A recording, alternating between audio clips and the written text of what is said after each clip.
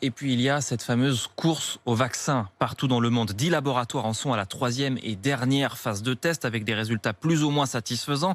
La France aura 15% des doses d'ores et déjà achetées par l'Union européenne et les États-Unis se préparent à vacciner dès la mi-décembre, Alfred Orange.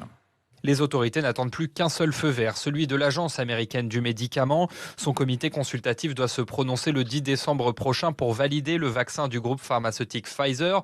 Une fois cette étape franchie, Moncef Slaoui, le responsable de l'opération gouvernementale de vaccination à la Maison-Blanche, détaille les objectifs.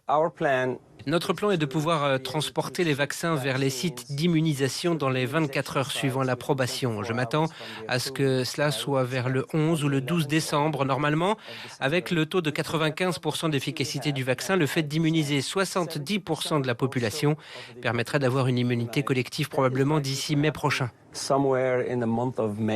Mais cette annonce a surtout une autre visée d'après Philippe Juvin, chef du service des urgences de l'hôpital Georges Pompidou à Paris. On voit bien qu'il y a une stratégie de la part d'un certain nombre d'États de dire nous y allons, nous y allons. Les Américains se sont placés comme de très gros clients de tous les laboratoires et le risque c'est qu'ils raflent les vaccins et que nous passions après. Aux États-Unis, la barre des 12 millions de cas de coronavirus a été franchie la semaine dernière.